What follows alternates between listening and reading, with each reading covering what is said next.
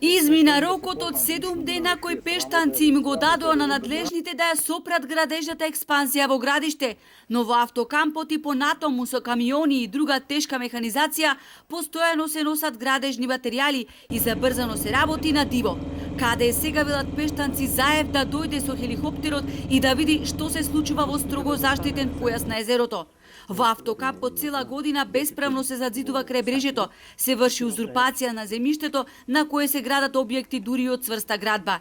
И кога веќе никој не превзема ништо и камперите прават што сакаат, си доградуваат со метални конструкции, со бекатони, си задзидуваат и тоа веќе не се приколки туку цели куки. Во градиште се е незаконски изградено, бидејќи нема урбанистички план за тој потек. Според податоците од Централниот регистар со имотите на пештанци, кои со процесот на денационализација 24 години безуспешно се обидуваат да се ги вратат, стопанисува фирмата МПМ Нова Трейт од Охрид, која има склучено договор со фирмата Инекс Горица.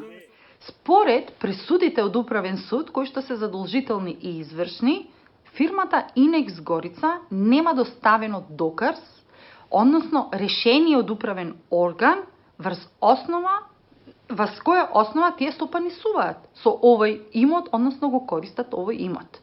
Дури во една од пресудите од Управен суд во 2015 година, фирмата Инекс Горица има третман на узурпатор. За имотот на моето семејство ќе се борам додека не го добијаме последното камче, вели младата Башовска, која приложувајќи ни ја целокупната документација, кажа зошто и против кого поднела кривични пријави до ОЈО.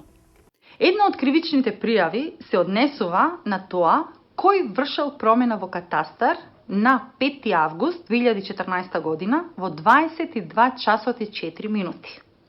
Значи, врз основа на кој закон и кој има право во 22 часот да врши промена во имотниот лист на нашиот имот во градиште.